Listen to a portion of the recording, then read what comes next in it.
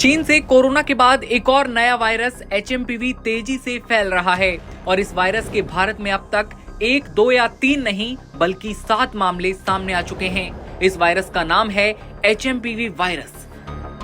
जहां एक तरफ वायरस का नाम सुनते ही हमारे अंदर कोविड-19 के भयानक और दर्दनाक मंजर सामने आ जाते हैं, तो वहीं एक और नया वायरस चीन में तबाही मचा रहा है। ये वायरस अब भारत में भी एंट्री ले चुका है, जिसके 7 मामले अब तक सामने आ चुके हैं। बात करें कि ये 7 मामले किन किन राज्यों में आए हैं, तो आपको बता दूं कि बेंगलुरु में, नागपुर में और तमिलनाडु में 2-2 और अहमदाबाद में 1 मामला दर्ज किया गया है। भारत में एचएमपीवी वायरस का पहला केस मीडिया रिपोर्ट्स की माने तो बेंगलुरु में सामने आया था। उसके चीन के इस वायरस के केस 1 से 2 हुए और फिर संख्या 7 तक पहुंच गई। चीन और पड़ोसी देशों के हालातों पर स्वास्थ्य मंत्रालय, आईसीएमआर, एनसीडीसी नजर रखे हुए है। डब्ल्यूएचओ ने भी इस स्थिति पर ध्यान दिया है और जल्द ही अपनी रिपोर्ट शेयर भी करेगा। आईसीएमआर ने बेंगलोर बैप्टिस्ट हॉस्पिटल में 2 मामलों की पुष्टि की।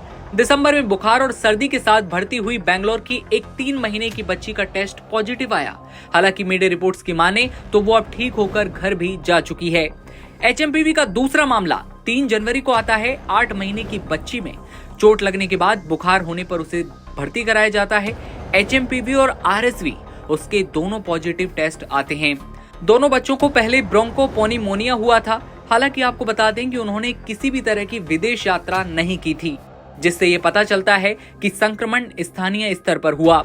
राजस्थान के डूंगरपुर से एक 2 महीने की बच्ची को 24 दिसंबर को सांस की बीमारी के साथ अहमदाबाद के एक प्राइवेट हॉस्पिटल में भर्ती कराया गया था। 26 दिसंबर को उसे एचएमपीवी का पता लगा।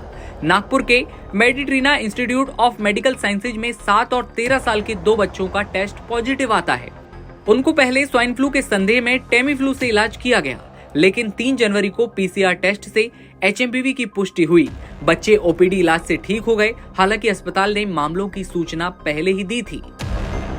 तमिलनाडु में भी 2 एक्टिव केस की खबर सामने आई। स्वास्थ्य सचिव सुप्रिया साहू ने कहा कि राज्य में 2 सक्रिय मामले हैं, चेन्नई और सालेम में। दोनों की हालत अभी स्थिर है, लेकिन एचएमपीवी संक्रमण अपने आप ठीक हो जाता है, उनका ये भी कहना है। लक्षण के आधार पर ठीक देखभाल, पर्याप्त पानी और आराम बहुत ज्यादा जरूरी है।